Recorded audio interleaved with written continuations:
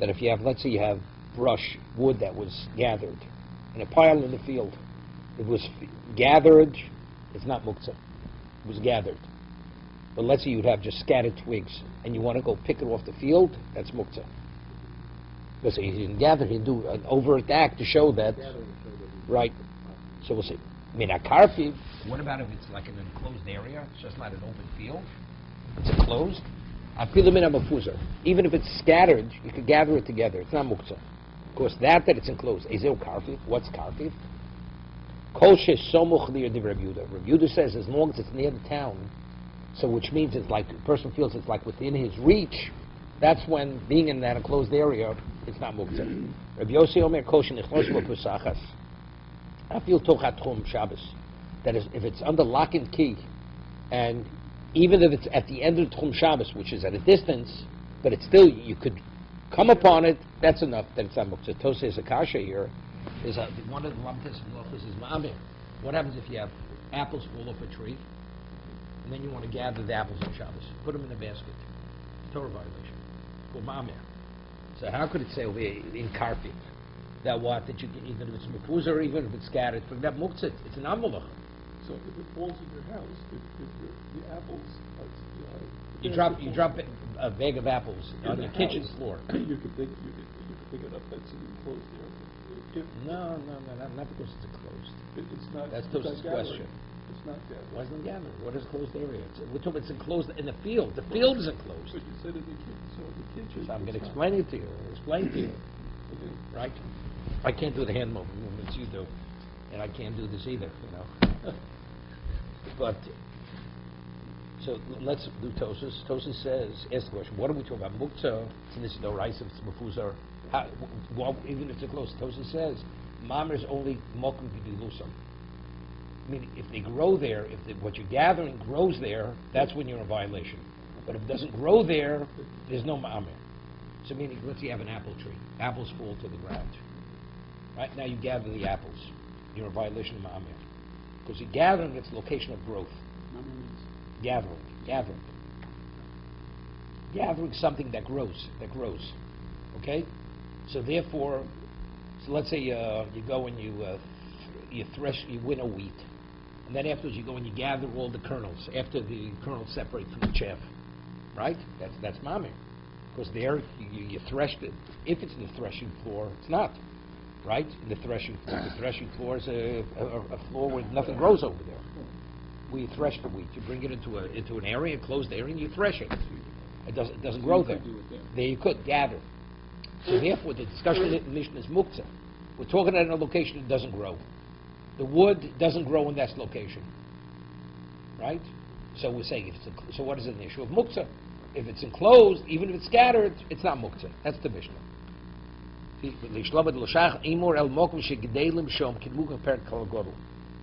Further.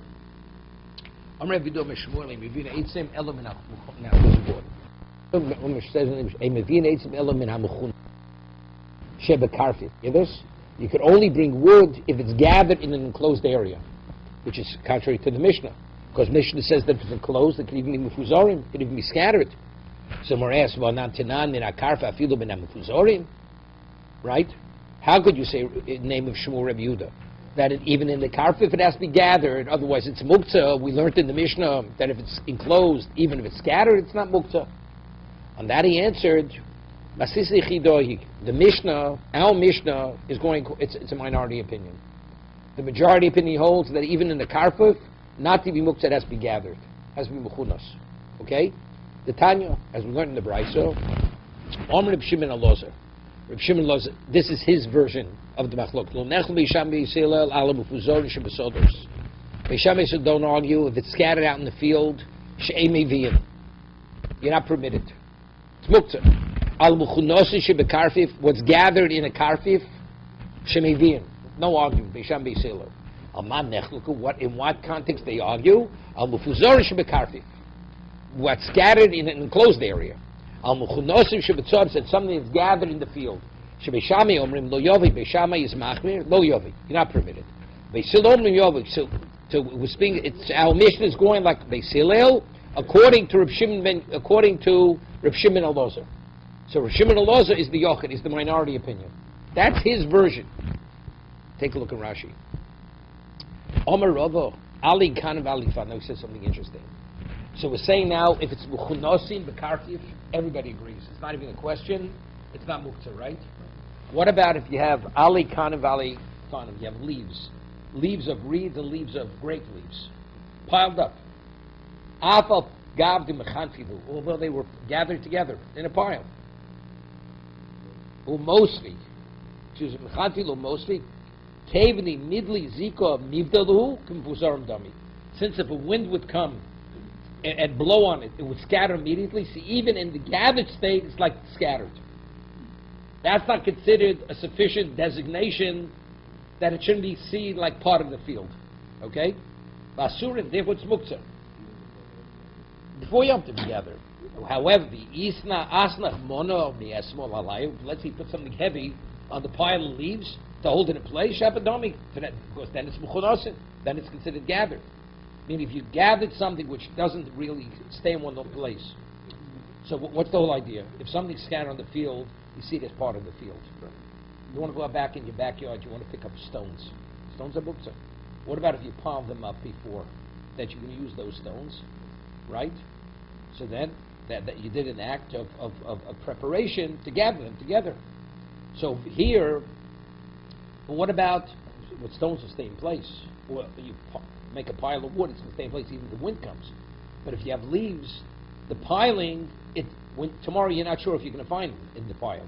So therefore, it's like it's not a sufficient designation because it's not going to hold together. Because if wind comes, it'll scatter. But if you put something on it, which will guarantee that the act you did will remain intact, then it's not muktzah. Okay? Is it a question of moving it or using it? Muktzah, use it. No, well, if you can't touch it, you can't use it. We're talking about muktzah. It's muktzah over here. So you can't even touch it. Can't touch it. Ezo karfif. Now the Mishnah says, what is a karfif? So review this as karfif means something if it's enclosed area near the town, very close to the town. Okay, it's out of the town, but as close as could be to the town. Okay, Rabbi Yossi says no, that it could even be at the end of Tchum Shabbos, but if it's under lock and key, then it's considered, it's not, that's a karfif, it's not muktzah. Iboilu. Heichi komar. What exactly is the Mishnah saying? Kol shesomach li'ir. Is Rabbi Yehuda saying that even if it's close to the city, you still need a door which locks? Posachas means a latch door. Boss Rabbi Yossi, the baby Rabbi Yossi is coming to argue with this. No, cave in the Isle Posachas, if it has a latch on it, I feel toch Tchum Shabbos Nami, even if it's at the end of the Tchum, as long as it's within your reach, it's not muktzah. Okay? Is that the machlokes between Rabbi Yossi and Rabbi Yehuda? Oh, Dilma, no, hochi coming. This is what's Kol shesomuch li'ir. According to Rabbi Yehuda, if it's close to the city, this enclosed area, being these leposachas, being less leposachas, whether it has a latch door, it doesn't have a latch door, if it's within there, it's not muktzah. Well, Rabbi Yossi lemeimar, afil tochat tchum Shabbos, it doesn't have to be so close, right? However, if it's at the end of the tchum, dafkli leposachas. That's only if it's if you have a latch door. Av less leposachas. But if it doesn't have the posach, doesn't have the latch, afilu somuch li'ir, nami lo. Even it's close to the city now. So there he comes, over there, Rabbi Yossi is l'chumra, and Rabbi Yehuda is l'kula. No, he's fully more lenient. Right? We don't know. I mean, it could be said either way, because Rabbi Yossi says you always need a posachas. He doesn't make. He says you can even have it at the end of the tchum, but he always speaks about posachas. We want to. Do you have to? That's the question. Toshma. So bring a proof. B'riktani. What does Rabbi Yossi say in the Mishnah? Kol shenichnosin lo beposachas. He says as long as you go in posachas, afilu toch tchum Shabbos, even at the end. So what is he saying? So the posachas has to do with the end.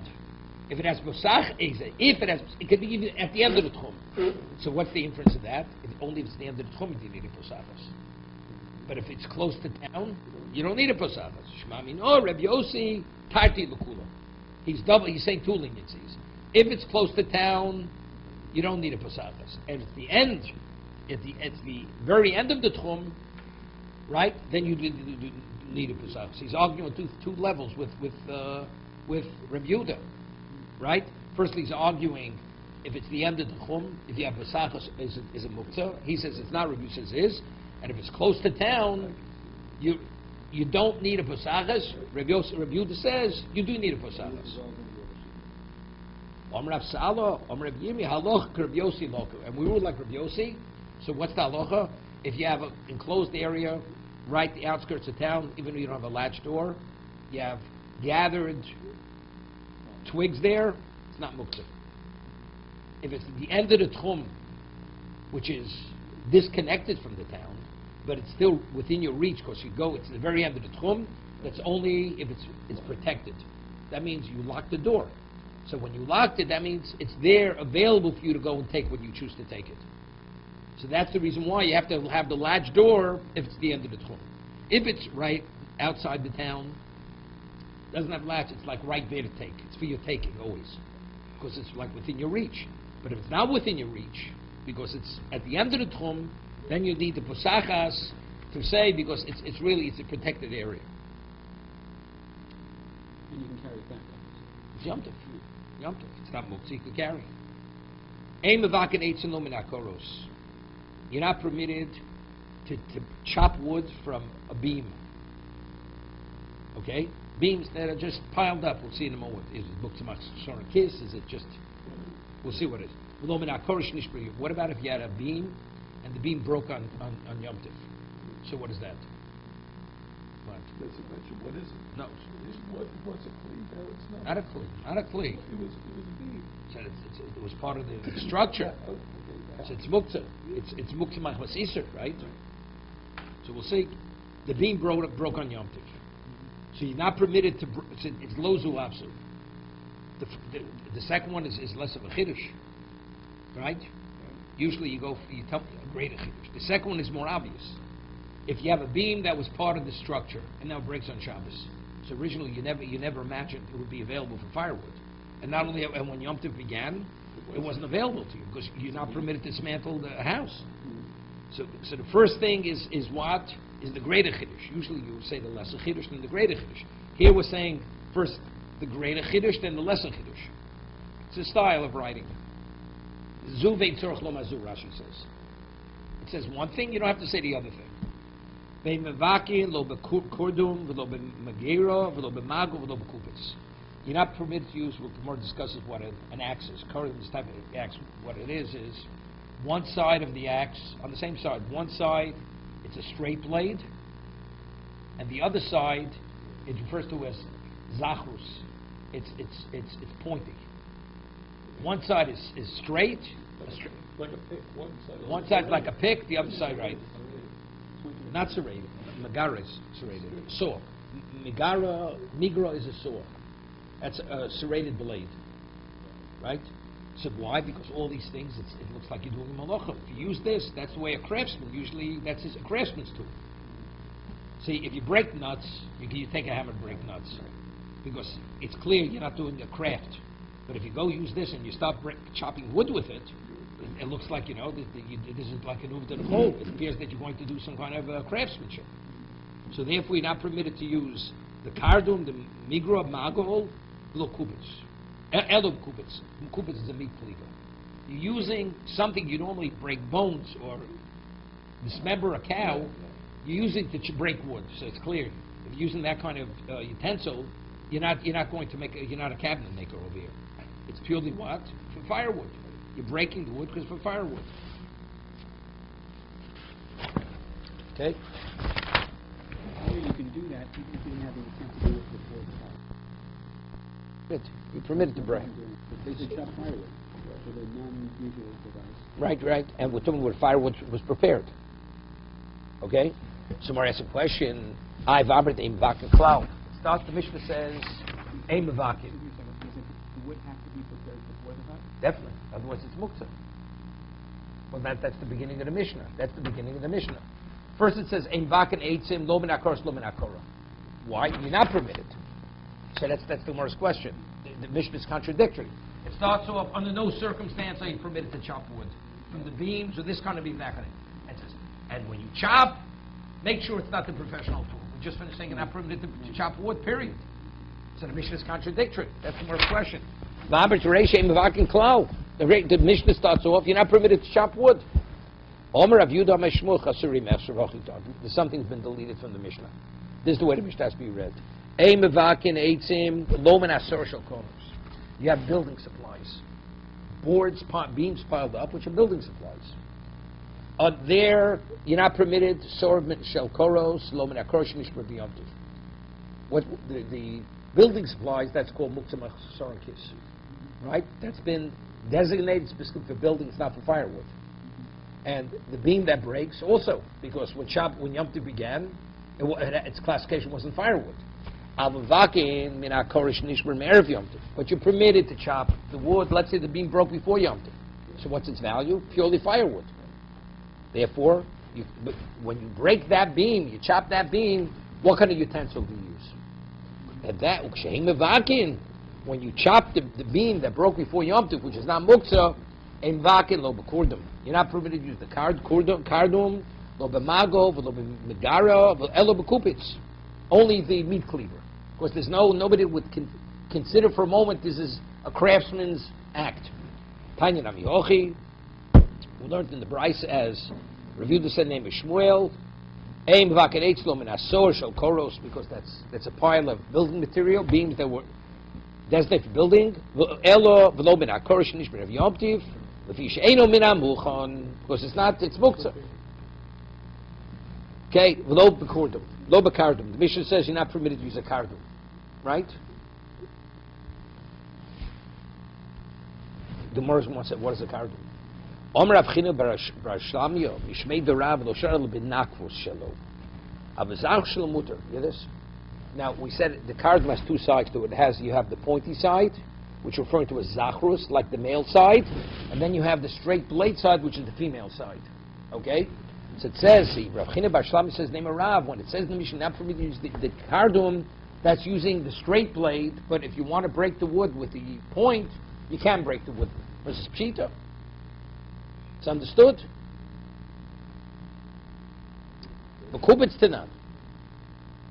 It says kupitz, because kupitz evidently it has the point. It's not a meat cleaver, it has a point. So it says, no, Maudas Ebhanim Kupitz L'chudei. See, a kupitz, that what you use to break the bones of it, it only doesn't have that straight side to it. So therefore, the utensil itself is not a craftsman utensil. Right? You use it to break bones. Aval Kurdim Kupitz. But the kurdum is one side, the other side is like the kupitz. It's one and the same vessel. The moment a person sees you taking that utensil, that tool, what are they going to say? That's the professional's tool. So even though you're using the other side, I'd say, people say, look, he's using the craftsman tool. Kamash Malon, no. That as long as you use the male side of it, although the other side is the craftsman's tool, it's not a problem. Okay? Others learn it on the Sefer. It says in the Mishnah, how do you break wood? Chop wood with a kupitz. When you use the kupitz, shelo. Avonakvi shelo, oser.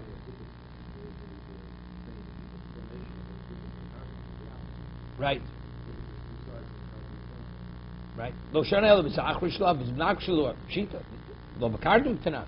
Mabse mani kardum, avol kupitz v'kardum. You may think that's only a kardum. But what about if you have a kupitz? Right? One side is you have a kupitz v'kardum. It's one and the same tool. Bigud haigisa shori. Haigisa is nami shori. Right? And they say if one side you can use the other side. Kamashmala no. You have this that even normally the kardum only has a straight blade. You don't have like a pointy side to it. So you'd say if you could use the pointy side, maybe use the other side. Come on, no. You can only use the side that the professional doesn't use in a professional context. So Tosas says over here that Pirshu Tosas they know bikim the kardum. We're not sure exactly what this kardum is, how exactly it's constructed. Therefore, since we're not sure what the kardum is, we don't know what a professional tool, what a not a professional tool is. You want to break wood, you have to take it and it has to be thin enough that you can break with your hands. We don't use any tool to break wood, to chop wood. So if you want to take an axe, chop wood, you're not permitted.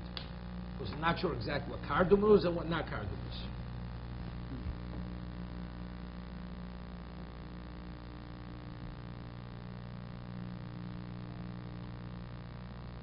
But today people don't burn wood. So remember years ago, if you wanted to break a board, what you do? You put it on a diagonal, you took your foot, and you slammed your foot on it. That's how you broke it.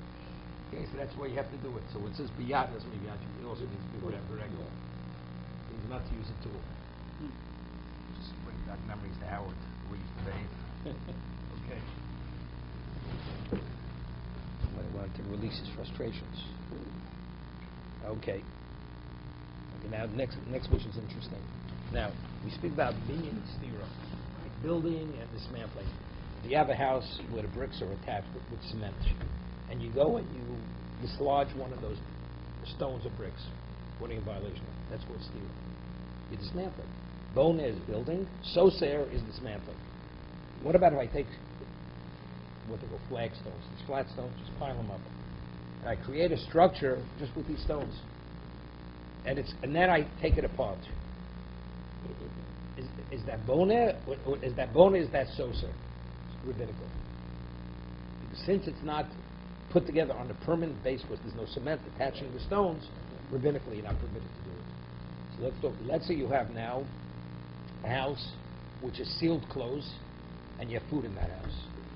And the only way you get in is you have to actually take out the stones, you have to chisel away, break the cement to take out a stone. The halacha is the food in that house is muktzah. Even though the food is edible, but since the food wasn't available to you, and the only way you're able to get the food, you have to break through the wall, that's off limits. But what about, the Gemara said, what about if it's only piled up, and the removal of the stone is only rabbinical? So since the barrier is only a rabbinical barrier, no, not you can break it. If you do, and then the food avails itself, you're permitted to benefit from the food. If you have to be in violation of a doraisa, the food is muktzah. If it's only drabonon, then it's permitted. What's the basis for it? So Tosafos says, and Rashi says, because we find the Gemara says a Shabbos tevil. You're not permitted to tithe untithed grain. What a person, so it's off limits. What happens if a person goes and tithes truma on Shabbos? Are you permitted to do truma? So the halacha is, why is it muktzah? When Shabbos began, you weren't permitted, because rabbinically you're not permitted to tithe it. What? So the answer, what? After Shabbos, but on Shabbos it's off limits to you. Right? So the reason is, Rashi and Tosafos explain, because it's only in this Rabbanon. When it's only in this Rabbanon, that's what's preventing you from eating, and now it should be tithed, it's not muktzah. But if an Isra rice has to be done, then it's considered muktzah. That's why. That's what the Mishnah says. That's what the Mishnah says.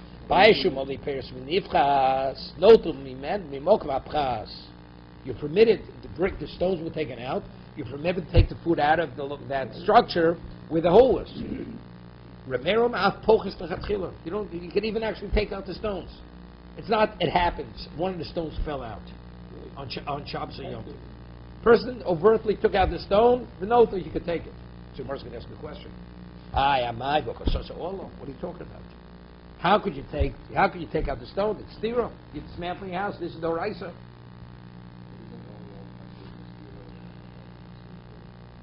But it's also the drabonon. It's also the drabonon. Yeah, but still, it's within a context of a doraisa. It is. I'll give you an example. We speak about it's drabonon, but we treat it like a doraisa. Because over there, it's just the intent that makes the difference. The action could be an action of a doraisa. Removing something which is cemented, if you're doing it to demolish the house, first, it's not so pashut. That's the No, because if that's improving, makes the food available to me, that I'm able to go into the house, that means that's not a ma'aser kilkul. The reason why you need sosar must live those, it should not be makalkir. But let's say I have to remove it because I want to get something out of the house. I'm not sure, and now, and it's not makalkir, right? Is that analogous to opening up the baggage on Wednesday Shabbos? Opening the bag, destroying the bag. You're not destroying the wall to get to the food. No, it's not makalkir. Here the Gemara says Hokasasa Olo. How could a mayor say you can take the stone out? You're so sir, you're violent. Well, Omer Rav Nachum Barado Omer Shmuel Ba'avir the Livni. Yeah, this we speak about the stones that are just piled up top of one another. There's no cement. So Mazini, Homa Rav Nachman Hani Livni the Iser Mi Binyono. Charlotte Tutil B'Shabbato. 1 second. You have stones that were left over from a building site. You're permitted to transport those stones on Shabbos. Why? They're not muktzah. Hol b'chozil mizki alayu, right? Because you can sit on the stones. What about sharginu? Let's say the buildings to the left, he piled them up to indicate that he's going to use them for other construction. Vade aktinu, then it's ready to muktzah. Because that's muktzah. So certain kids, this is not just leftover; it's going to be just wasted. Omer of Zero, Yom Tov Amro Lo B'Shabbos. That we say that you're permitted to take the stone out, or that's only in Yom Tov because that's Simchas Yom Tov. Simchas Yom Tov we allow it. On Shabbos where there's no Simchas Yom Tov we don't allow it. Tanya Nami Hocher Meir Omer Apochas Lechatchil of Dotel B'Yom Tov Amru Avalo B'Shabbos. On Yom Tov not Shabbos. So Rashi says, Peter Remeir came to Midrabanan the Osir. It's only Osir to take it apart rabbinically. Simchas Yom Tov Shori Shori Mutabo Chol Nefesh. Avalo Shabbos, Mishum Tiltul, Karav Nachman, you're not permitted. Because since there's a rabbinic provision to what? To dismantle it, therefore we don't want you to do it. And Yom Tov, yeah, definitely. Yeah. We don't move like Rameir. Right? But everybody agrees, but post facto, if the stone came out and you took food, it's not muktzah. Because since it's only strabonon, this type of dismantling, therefore the food is not muktzah. Okay. Omar Shmuel, chos mishabakarka. Let's say you have, in the old days, you have a cellar door. Like you have something, a pit, and you want to protect, so you have doors on both sides of the pit, and the hinges holding the doors. You make a frame in the ground. And now you close it. Now the doors are tied closed, either with a rope, with a strap, whatever it is, with a piece of leather. Now, are you permitted to cut that? To cut the rope or cut the strap? Okay? So Shmuel says, Chosmos shebekarka matir. You're only permitted to untie it. It's tied, permitted to untie it. No, Rashi says, because usually this rope, it's made to open and close. So it's kosham naslahati. Initially, anything that's meant continuously open up, it's not a... Yeah, because it's a storage location. The person continuously unties it and unties it. But you're not permitted to unravel the rope, and you're not permitted to cut the rope. Why? Because that's stira. Because since the rope is tied to the handle of the door, and the handle of the door is attached to the ground, so that's binyan and stira. Right? Let's say you put a rope on there, or you're cutting off the rope. You're destroying part of a structure. Okay? Shibakeh, if you'd have the same thing regarding a movable vessel, matir umafkeh, you do anything you want. You could untie it, you could unravel it, you could cut it. Echad Shabbos echad Yom Tov. Was a being stira b'kelim. The laws of building and dismantling have no relevance to a movable, a vessel. Meisvei, we learned in the Bryce of Chosu Shebekarka, when you have these tied, the doors tied in the ground, matir avalo mafkeh v'lochotech. Okay, so far so good. The Yom Tov, matir umafkeh v'chotech. You can do whatever you want. So why could you do it? You just said it's binyan, right? We just said in the name of Shmuel that you're not permitted. He says, homeowner remain. That's called a permitted. Justice Rameir says that you're permitted, meaning we'll say, really it's Nisdrabona. And Justice Rameir says regarding the stones piled up, for Simchas Yom Tov, we allow you it overrides Nisdrabona. Here also, cutting the rope is the equivalent we're talking for Simchas Yom Tov. Therefore, that's the overriding factor. But the Chacham argue Rabbeinu. The Mishnah says that what? You're not permitted to do it. You're not permitted to take the stones out. It's only if the stone fell out, then you're permitted to take the food out. But to take the stone out, you're not permitted, because rabbinically, it's dismantling. Same thing here. Rabbinically, it's dismantling, cutting the rope. We follow the Chachomim. We possibly the Chachom, not like Rameir. Emor says, do the Chacham argue Rameir regarding, in the Mishnah they argue, we have the stones piled up, are you permitted to dismantle the structure?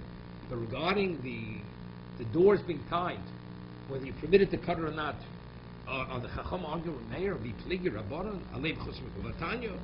We learned in the Brisa, Modim Chacham the Rameir, B'chos Mishabakarka, the Chacham concur with Rameir regarding the sealed location in the ground.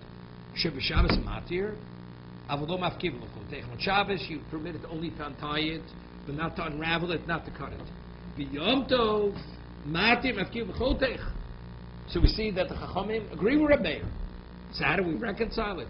How do we reconcile Shmuel? Shmuel says on Yom Tov you're not permitted. So we want to say Shmuel is going like the Chachamim, not like Rameir. But here we have a brisa that even the Chachamim agree that you're permitted to cut the rope. We have doors closed, tied closed. You have to cut the rope to get into that location.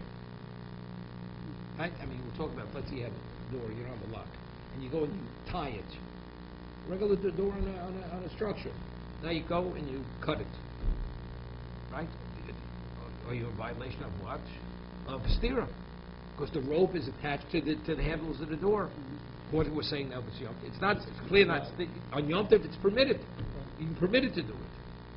So how do we reconcile Shmuel with the Brisa which we're quoting here? It seems to me everybody agrees you're permitted to cut the rope.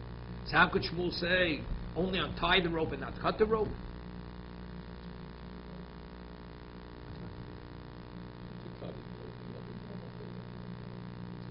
Evidently, it's permitted. It's not stira.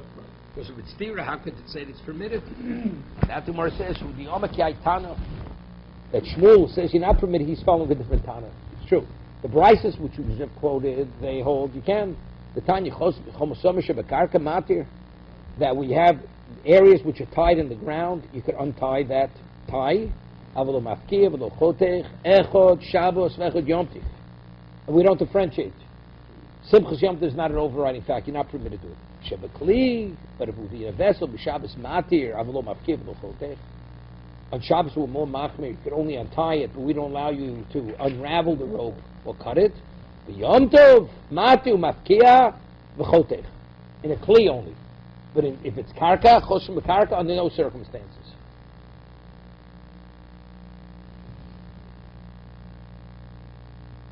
Okay, we'll stop here. Doesn't matter all what instrument you use to do the cutting, scissors or knife, makes no difference.